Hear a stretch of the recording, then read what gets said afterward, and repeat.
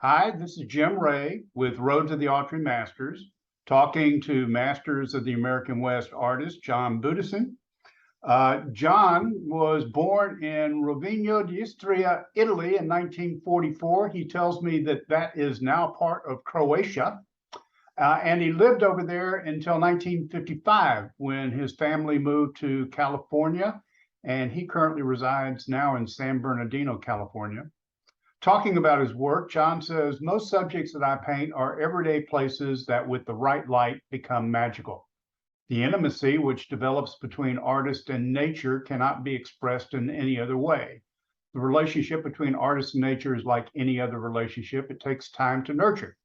The artist observes, spends time getting to know the surrounding environment, and eventually becomes an instrument of nature, representing the beauty, the light, and its effects as interpreted through the artist's eyes. John's paintings have achieved numerous top awards from esteemed art competitions. He's been featured in several national magazine articles, including Southwest Art, Art of the West, American Artist Magazine, among many others. He is the past president of the Plein Air Painters of America, a signature member of the Oil Painters of America, Plein Air Painters of America, Laguna Plein Air Painters, Northwest Rendezvous, and the California Art Club. And some of the exhibitions that he's been in over recent years are our own Masters of the American West, the gold medal exhibition put on by the California Art Club, and the Plein Air Painters of America's exhibition. So, John, welcome. Thank you for joining us. Oh, thank you. So tell us a little bit about your artistic upbringing and some of the things that are influences on your work. Well, originally I began doing layouts in a department store in the advertising department. Then became art director. Did that for about 10 years, and then I freelanced mainly for Robinsons and Bullocks in Los Angeles. Did that for another 10 years. Then all of a sudden, overnight, the market just died. The advertising market in Los Angeles was no more. Everything went to photography. The only thing I wanted to do, even before that, was to paint. And that's pretty much what I did. I just went out every day, did little 6x8 paintings. I probably did 5 or 6 a day for years and years, and that taught me to see how to see what's in front of me and to edit and simplify. That's the best teacher is nature itself. I could say I'm self-taught, but we all learn from everything. I took some workshops. Michael Lynch was one of my first one. Ray Vanella was a Taos artist, was another one. And then became friends with Kevin McPherson, and we painted together for years and years. Till his career went one way, mine went a little different. So we kind of lost touch for a while, and we're still friends, but don't see each other like we used to. So in a nutshell, that's pretty much my experience. I was exposed to art, especially in Rome, where we lived there for about 5 years. Just seeing, you see it all around you. You just don't arbitrarily take it as a learning, but I think it just stays with you subconsciously. I think it's becomes part of you. Great. So, what are some of your favorite places to paint, to look for your subject matter? Well, around San Bernardino, there isn't much left, unfortunately. Kind of desert there.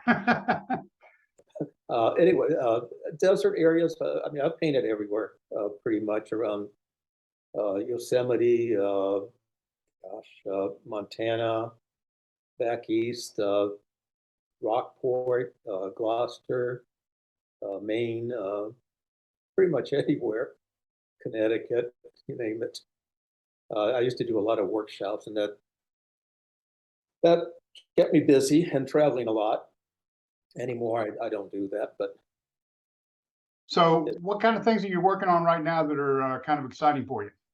Well, I was working on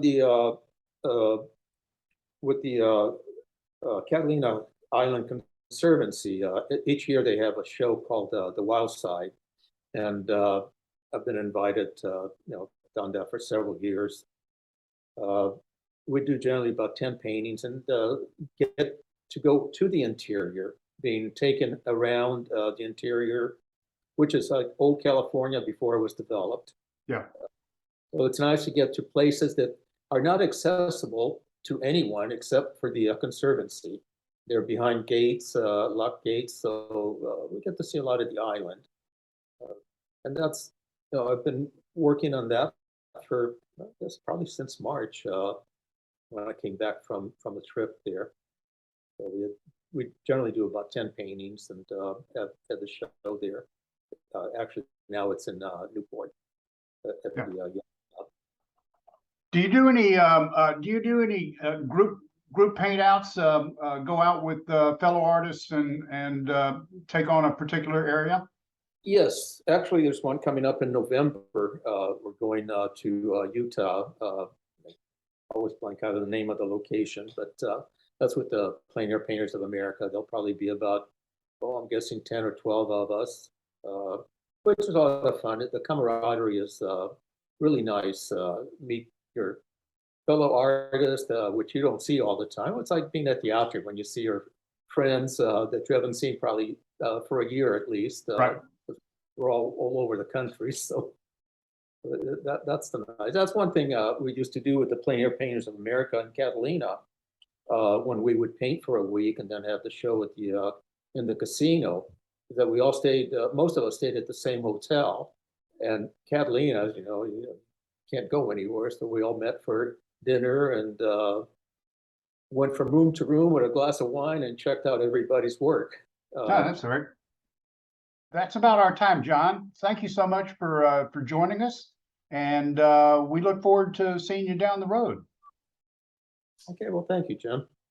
Appreciate it.